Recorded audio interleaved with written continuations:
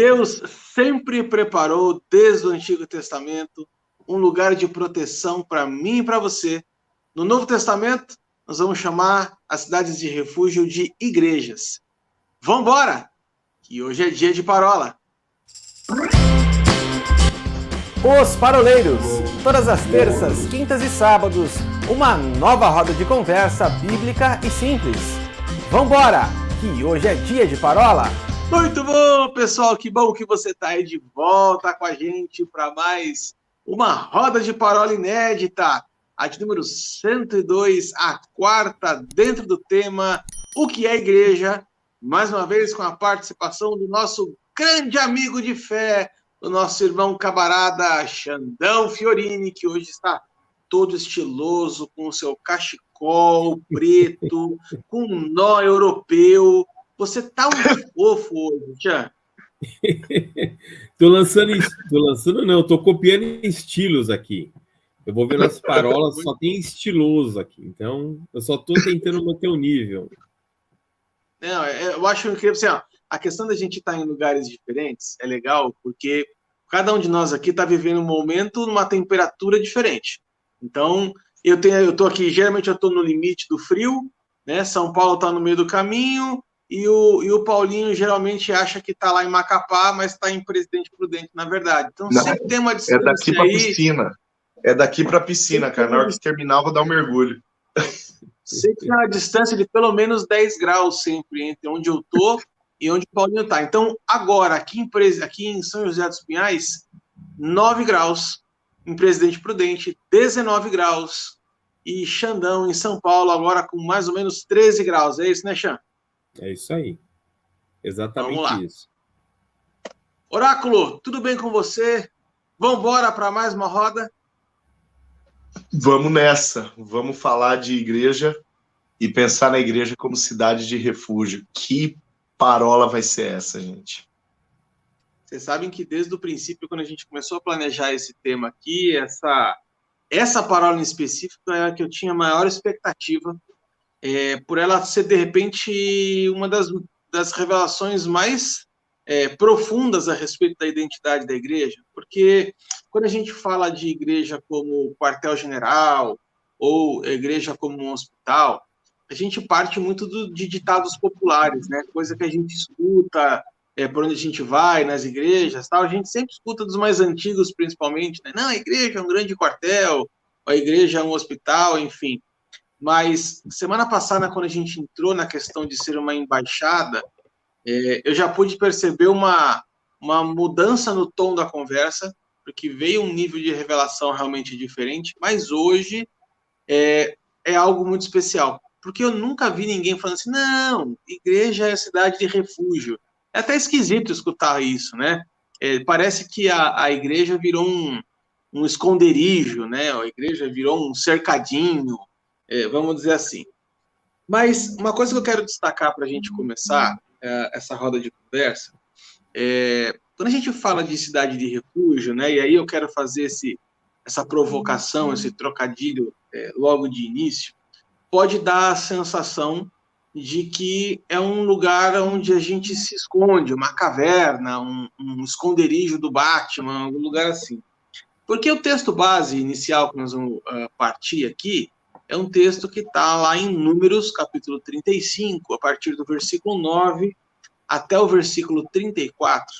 E eu não vou ler o texto inteiro, porque é um texto longo, a gente vai tomar muito tempo da parola lendo esse texto, mas eu quero desafiar você que está nos acompanhando aí em imagem ou somente em áudio pelo Spotify, depois parar e ler esse texto, mas eu quero destacar algumas coisas desse texto aqui, que são o resumo, vamos dizer assim, e aí depois você lê com mais profundidade. Vamos lá. Cidades de refúgio são cidades escolhidas pelos próprios israelitas para que o homicida não intencional, ou seja, aquele que acaba matando uma outra pessoa de forma não intencional, e o texto vai falar aqui, por exemplo, se o cabo do machado escapa, se por acaso ele esbarra e a pessoa cai sem querer de um lugar alto, enfim. Há um homicídio não intencional aqui. Pela lei de Moisés, existia a figura do vingador de sangue, ou seja, qualquer pessoa da família poderia ir lá e tirar a vida deste homicida, porque a lei de Moisés dizia olho por olho, dente por dente, né? Uma vida por uma vida. Então, essas cidades de refúgio eram lugares onde esses homicidas não intencionais buscavam abrigo, tá? E aí essa cidade o acolhia, e essa pessoa ela era salva até a morte do sumo sacerdote daquela cidade. Só então ele poderia voltar para o seu lugar de origem, e aí ele estaria livre do vingador de sangue.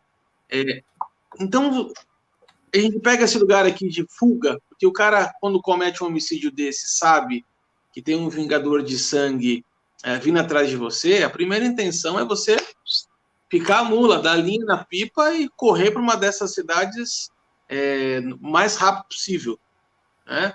Mas, de fato e de verdade, como o Wilson gosta de falar, a gente não pode trazer isso para uma realidade e dizer assim, olha, se deu ruim para você, se você cometeu algum pecado, fuja e inicie uma vida num lugar onde ninguém te conhece. Não é isso que a palavra está dizendo, né? Aqui é uma clara citação de algo que nós vamos falar agora no primeiro bloco aqui, que é a questão da tipologia bíblica. O que é essa tipologia bíblica? No Antigo Testamento, ele é sombra daquilo que vai ser revelado no Novo Testamento. Existem textos lá em Hebreus, né, e em Colossenses, Paulinho, que fala que a antiga aliança são sombras de bens vindouros, ou seja, as pessoas que viviam no Antigo Testamento, elas só viam a sombra. Então, vocês imaginam uma mão numa luz assim, e aquela sombra da mão projetada embaixo, e as pessoas, elas viviam debaixo dessa mão, ou seja, elas viam a projeção da sombra, mas sequer viam a mão. Então, é uma visão limitada, é uma visão diminuta, é verdade, mas nós que estamos no Novo Testamento, na nova aliança, vamos dizer assim, melhor, nós hoje habitamos acima da mão. Então, nós vemos de fato o que realmente é a mão e a sombra. Então, tem coisas que para a gente são muito mais fáceis de entender do que as pessoas que viviam no Antigo Testamento. Então, essa cidade de refúgio aqui, ela é, de fato, uma tipologia bíblica do que viria a ser a igreja depois da revelação, da revelação da nova aliança. Paulinho, vamos iniciar, então, nessa questão de tipologia bíblica. Eu queria que você desse uma pincelada com o seu dom maravilhoso de mestre, aquela coisa de professor que só você tem. Dá uma palhinha para a gente, assim, só para a gente, para a pessoa que está acompanhando a gente em casa, ter um entendimento um pouco mais claro do que significa essa tipologia bíblica, e, de repente, a gente pode até trazer outros exemplos de tipologia bíblica aqui para ilustrar. Ok.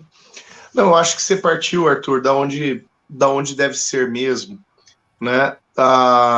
Hebreus 10:1, tá? O texto é esse. Hebreus capítulo 10, versículo 1, a palavra diz assim, ora, a lei é a sombra de bens vindouros e não a imagem nítida das coisas, né? E o exemplo da mão, olha só que interessante.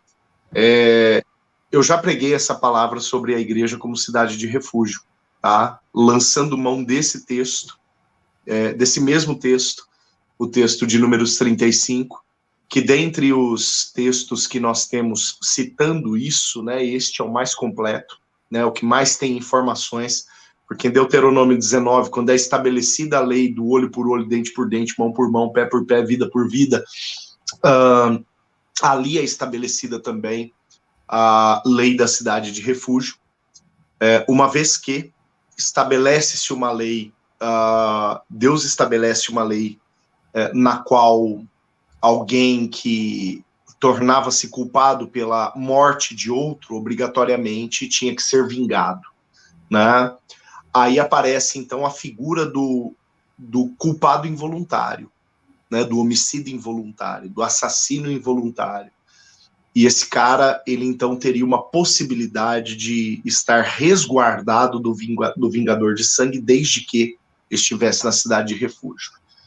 Quando a gente olha para esse texto debaixo dessa perspectiva de Hebreus 10:1, né, a lei como sombra de bens vindouros, e aqui eu estico, tá, sem ser herege, eu estico a lei para os textos de teor profético do Antigo Testamento também, uma vez que o elemento chave de sustentação da profecia é a lei, né? Então dá para a gente esticar a lei para os proféticos e para os textos de teor profético, que não são apenas os do gênero literário profético, mas existem outros textos de teor profético no Antigo Testamento. Então é vasto esse entendimento, né? Quando você fala de sombra, Arthur, pressupõe-se o seguinte: aqui eu vou partir para um campo que não é unânime na teologia, mas é um campo que eu penso que a maioria absoluta, né, das doutrinas das igrejas, dos teólogos estudiosos vão por aqui, a maioria absoluta mesmo, tá?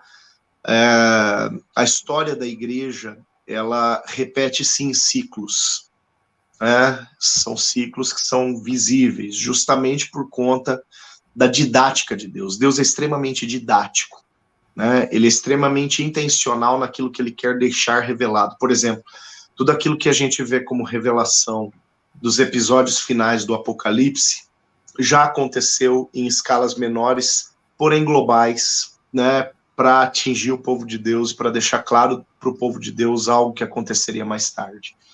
Quando a gente fala de símbolos ou de tipologia bíblica, por exemplo, a própria Bíblia, ela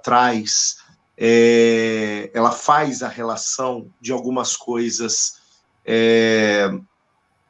como elementos simbólicos que apontam para outras. Por exemplo, Melquisedeque, que aparece lá em Gênesis 14, sendo citado como um prenúncio do ministério de Cristo Jesus, lá na carta aos Hebreus, né? Então, ali mesmo a palavra vai falar que Melquisedeque, ele estava para Abraão, assim como Cristo está para o seu povo, né?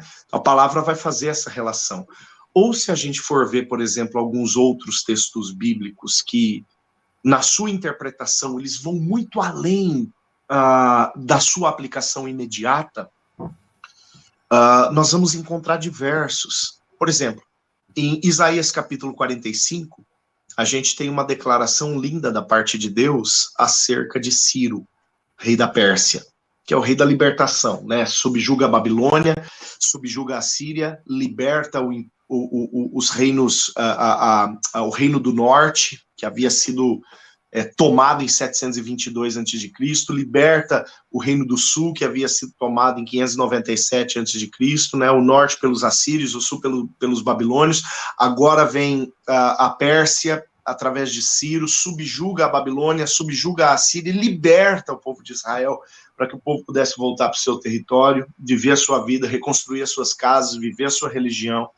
Aí em Isaías 45 há um cântico acerca de Ciro, que tirando uma informação, todas as demais aplicam-se a Cristo. A única informação que você tira, ela aparece 2 vezes em Isaías 45, é assim: você, Ciro, não me conhece.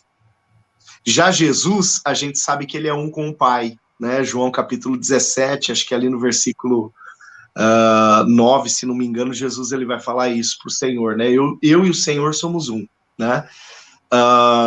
Mas tirando essa informação, todas as demais, elas são aplicáveis a Jesus. É muito legal. E aí a gente vai ver que a fala acerca de Ciro, ela tem 2 teores. Ela tem o teor histórico, falando acerca de Jesus, mas ela tem um teor futurista, né? São 2 maneiras, inclusive, de estudar a palavra, 2 metodologias de estudo, né? 2 das metodologias de estudo, histórico e futurista. Se você olhar pelo histórico...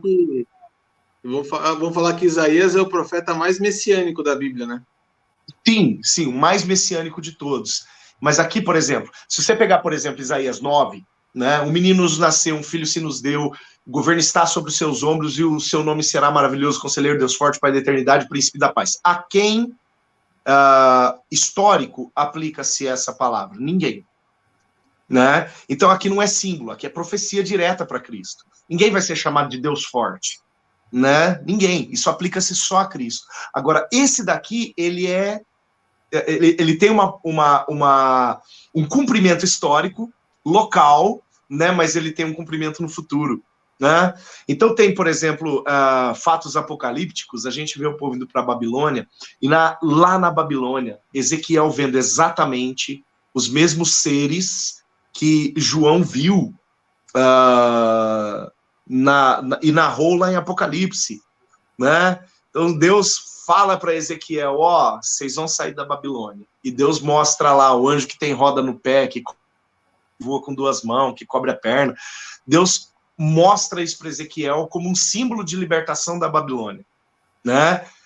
Aí lá em Apocalipse a gente vê o João vendo a mesma coisa e Deus falando para ele, olha, vocês vão ser livrados dessa Babilônia que é essa terra. Inclusive a Babilônia aparece, né, como cadeia de valores que fomenta a grande meretriz lá em Apocalipse, né? Aliás, a Babilônia é mais um símbolo que vai aparecer lá em Apocalipse. Enfim, aquilo que na palavra do Senhor tem um acontecimento histórico. Olha, outra coisa que eu acabei de me lembrar, puxa vida. A palavra fala em números. Ai, Jesus amado, agora não vou lembrar em que capítulo. Mas a palavra vai falar acerca da serpente no deserto, lembra? Né? Pois vocês acham aí. O povo pecado. Como é que é? Acho que é Neustan o nome da serpente. Olha o que acontece. Números 21. Números 25. O povo murmura contra o Senhor. 21. O povo murmura contra o Senhor. Deus manda serpentes abrasadoras para picar o povo começa a morrer, aí Moisés intercede pelo povo, o povo se arrepende, Moisés intercede pelo povo, Deus manda que Moisés levante uma serpente de bronze no meio do povo, e todo aquele que olhasse para aquela serpente seria curado e seria livrado da morte. Aí lá no Novo Testamento a gente vê assim, como a serpente foi levantada no mastro, Cristo precisa ser levantado no madeiro, para que haja livramento sobre o povo. São símbolos, tá? Aquilo que antes era sombra, né? Você vê a sombra da minha mão aqui, mas você não sabe se é uma mão de homem ou de mulher, você não sabe se ela está de frente ou de trás, você não sabe se é a mão de uma pessoa branca, negra, japonesa, ou seja, de qual cor. Agora, quando você vê a mão, você tem informações maiores. Aquilo que antes era um símbolo, agora tem uma informação nítida, é isso que a palavra quer dizer para nós. Oi. Pode falar. Entra aí. Não, pode falar, Arthur. Não, uma das coisas que enquanto o Paulinho estava falando, eu estava lembrando, aí eu ia... que eu tenho como um símbolo, é a própria... Lá no Éden, quando Deus... quando eles caem, eles cobrem com folhas de figueira, né? E aí Deus aparece, tem todo aquele diálogo, aquela conversa, e a gente vê que ali Deus os cobre com a pele de um animal.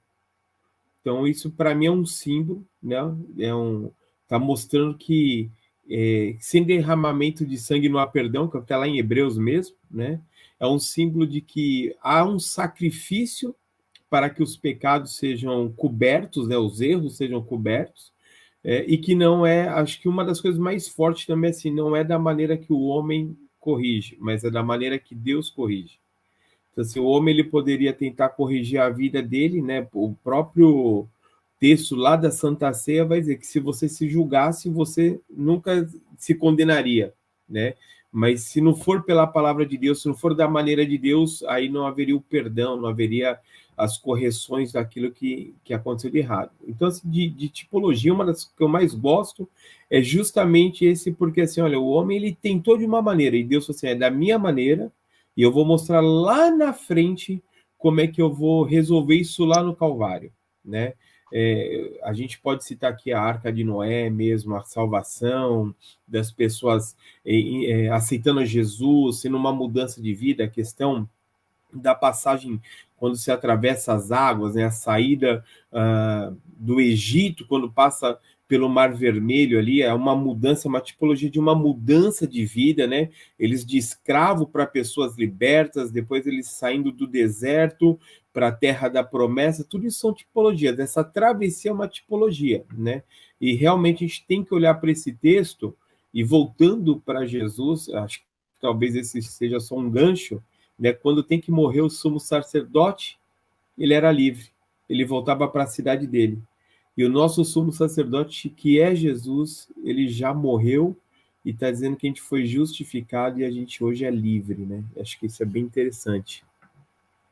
Não, e outra, na morte do nosso sumo sacerdote, nós temos acesso de volta à nossa cidade, né, Chan? Sim. Olha quanto símbolo já está nesse texto aqui. E quando vocês estavam falando, foi me trazendo no coração aqui outras passagens do Antigo Testamento que também são tipologias bíblicas, até para você que está nos acompanhando aí, depois folhear a sua Bíblia e olhar por essa perspectiva. Mas reforçando o texto de Hebreus 10 que você citou, Paulinho, também existe Colossenses 2,17, quando o apóstolo Paulo está falando a respeito de algumas práticas que são do Antigo Testamento, né? Ele fala assim: ninguém, pois, pode vos julgar por causa da comida, da bebida, do dia da festa, ou da lua nova, ou dos sábados, porque tudo isso tem sido sombra das coisas que haviam por vir. Porém, o corpo de Cristo. Então, assim, nós temos dois textos aqui no Novo Testamento que falam a respeito dessa tipologia bíblica, né? Dessa sombra que a gente tinha do Antigo, que vamos ver na sua revelação total do Novo. Ixi, mas a gente pode puxar aqui, por exemplo, o Xandão falou de Arca de Noé, né? Falou da folhinha da figueira, Paulinho falou da serpente de bronze, tem tabernáculo de Moisés. E aí eu vou lembrar, daquelas aulas... O próprio rito da Páscoa, né? Tem muita coisa, muita coisa. E eu vou lembrar daquelas aulas da Beth, na escola dominical, lá na Água Fria, sobre o tabernáculo, que ela passou, acho que mais de um mês, falando item por item, metade do prego tinha que ser de prata, metade enterrado, metade para fora, tinha toda uma simbologia, né? Lembra disso, Xan? Lembro.